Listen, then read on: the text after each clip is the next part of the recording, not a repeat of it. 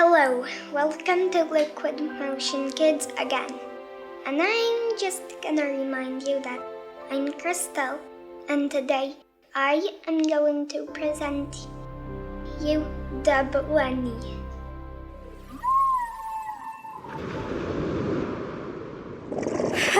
The blenny is a really cool animal to watch, and in this film, the blenny is gonna make a new friend.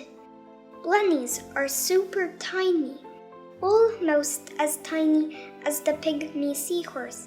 And if you want to see the eyes, they are about this big.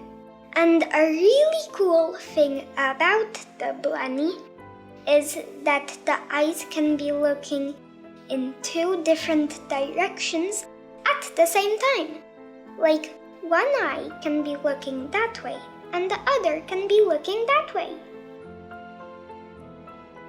And the eyes can rotate so far around that they can see all the way around them.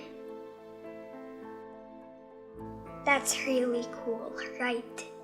And in this film, if you see a little black water balloon with yellow dots on it floating around, well, that's not a water balloon. It's a baby trunkfish. And please watch this little film about the size of a blenny.